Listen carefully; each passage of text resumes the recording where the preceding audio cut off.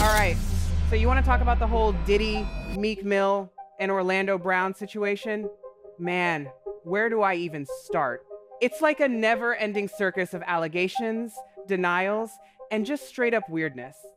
First off, let's be real. The rumors about Diddy and his preferences have been swirling for years. It's not exactly breaking news, right? But Lil Rod's lawsuit really threw gasoline on the fire. Naming Meek Mill and Usher? That's a whole different level of mess. And the way Meek reacted? Bruh, that just made everything 10 times worse. Like, I get it, if someone accused me of something like that, I'd be heated too. But his Twitter rant?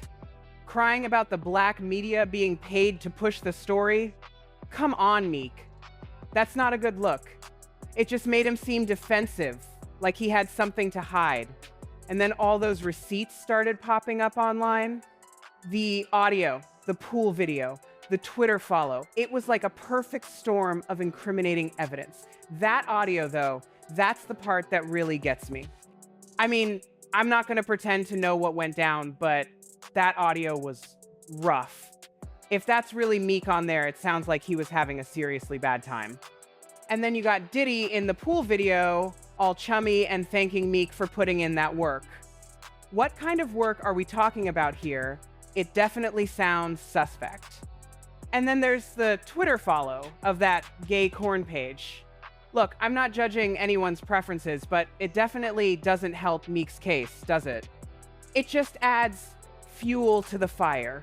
Plus, there's that old song where Meek allegedly confessed to doing some questionable things with Diddy. At that point, you just gotta wonder what's really going on behind the scenes. But here's the thing. Meek didn't just let it go. He had to jump into 50 Cent's beef with Christian. Why, Meek? Why? You know 50's gonna come for you? And he did. The man is a master troll. And the way 50 dragged Meek, it was brutal. Reminding him about his low album sales, calling him Diddy's boy toy. Ouch. Meek tried to clap back, but he only addressed the album sales part. Total dodge on the Diddy stuff. That silence speaks volumes, you know? Then 50 dropped that video of Meek singing to Diddy at a party. That was the final nail in the coffin. The caption, "I commend you for being a strong, supportive woman for your man Meek." I mean, damn, 50. Tell us how you really feel. But honestly, out of everyone involved, Orlando Brown is the wild card. He's been talking about this Diddy stuff for ages. And whether you think he's crazy or not, he's been pretty consistent with his story. He claims he witnessed industry executives preying on underage kids, promising them fame and fortune. That's some seriously dark stuff. And then he dropped that bombshell about Diddy hooking up with him and trying to turn him into his twink. The way Orlando talks about it, it sounds like he's genuinely traumatized. And the fact that he says Diddy allegedly touched him more than once, that's just disturbing. And his claim that the parents are sometimes in on it, that's the scariest part of all. The idea that these kids are being exploited with the complicity of their own families, it's just sickening. He even referenced seeing these parents on commercials, smiling like everything's fine when they're sending their kids back to hell. It's a heavy accusation, and it's hard to know what to make of it. But then you got Orlando saying, Meek's been gay forever and just wanted Diddy. Like, not for industry favors, but because he's actually into dudes. And then he throws Rick Ross into the mix, saying he's part of some gay rappers club. Man, Orlando's wild, I ain't gonna lie. I don't know what to believe with Orlando. He's either completely off his rocker or he's telling the truth, and everyone's been gaslighting him for years. There's no in between with that dude. But even if half of what he's saying is true, it's still messed up. And the comments? People are all over the place. Some think Orlando's finally showing his true colors now that Diddy's in trouble. Others think he's been traumatized and acting out all this time. Honestly, I can see both sides. But the real question is, what's the truth about Meek? Did he sleep with Diddy for a career boost? Is he actually gay and into Diddy? Or is he just another victim of Diddy's alleged predatory behavior? It's tough to say. I mean, the evidence is circumstantial, but there's a lot of it, and Meek's reaction hasn't exactly helped his case. He's been defensive, evasive, and just plain weird.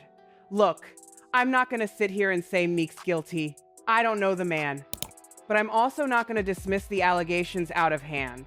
There's too much smoke for there not to be some fire. And the whole thing with Diddy and underage kids, that's just disgusting. If that's true, then he needs to be locked up for life. No excuses. It's crazy how much power these guys have in the industry. They can get away with anything, and nobody says anything because they're afraid of losing their careers. It's a toxic system, and it needs to change. I think that's why people are paying attention to Orlando now. He's not afraid to speak out, even if he sounds crazy sometimes. He's willing to risk his reputation to expose what he believes is the truth.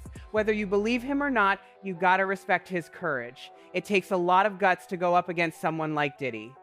But yeah, the whole Meek Mill situation is a mess.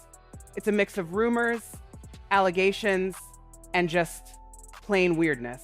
And until Meek comes clean and tells his side of the story, we're all just gonna be left wondering what really happened. And honestly, at this point, I don't even know if we'll ever get the full truth. There's too much money and power involved. But one thing's for sure, this whole thing is far from over. There's gonna be more twists and turns, more allegations, and more drama. So buckle up, because this is gonna be a wild ride, and I'm definitely gonna be watching to see how it all plays out. The entertainment industry is full of predators, and it is time for them to be held accountable. All right. So what's really wild to me is how this all reflects on the music industry as a whole, you know? It's like we all kind of knew something shady was going on, but to see it play out like this, it's messed up. Think about it. You got these young artists hungry for fame and success, and they're basically at the mercy of these powerful figures like Diddy. And if the rumors are true, these guys are using their power to exploit these young artists, and not just financially. We're talking about alleged sexual abuse, manipulation, the whole 9 yards. And it's not just Diddy, right? He's just the one in the spotlight right now. But you gotta wonder how many other guys are out there doing the same thing. How many young artists have been taken advantage of, their dreams twisted into nightmares? That's the part that really pisses me off. These guys are supposed to be mentors, role models, but instead, they're allegedly preying on vulnerable people. It's disgusting. And the silence from the industry, that's deafening. You'd think people would be lining up to condemn this behavior, but nah. They're all scared to speak out, scared of losing their own careers. It's a culture of silence, and it's gotta change. We need people to start speaking up, to expose these predators and hold them accountable. And it can't just be the victims, right? We need the whole industry to take a stand. But I don't know if that's gonna happen. There's too much money at stake, too much power involved. These guys are deeply entrenched, and they're not gonna give up their control easily. And what about the fans? Are they gonna keep supporting these artists who are allegedly involved in this kind of behavior? Are they gonna turn a blind eye to the allegations? That's the real test, right? Whether people are willing to put their money where their mouth is. Whether they're willing to stop supporting artists who are associated with these kinds of allegations. I'm not saying it's easy. It's hard to separate the art from the artist, especially when you love their music. But at some point, you gotta ask yourself what you're willing to support. What kind of message are you sending when you continue to line the pockets of these alleged predators? And let's be real, the legal stuff is gonna be a nightmare. It's gonna be a long, drawn-out process with lawyers and NDAs and all kinds of legal maneuvering. And even if these guys are found guilty, they'll probably just get a slap on the wrist. That's how the system works, right? It protects the rich and powerful. But even if they don't face any real consequences in the legal system, they're still gonna face consequences in the court of public opinion. Their reputations are gonna be tarnished, their careers are gonna be damaged, and that's something they can't control. Ultimately, this whole thing is a wake-up call. It's a reminder that the music industry is not all glitz and glamour. There's a dark underbelly, a culture of exploitation and abuse that needs to be exposed and eradicated.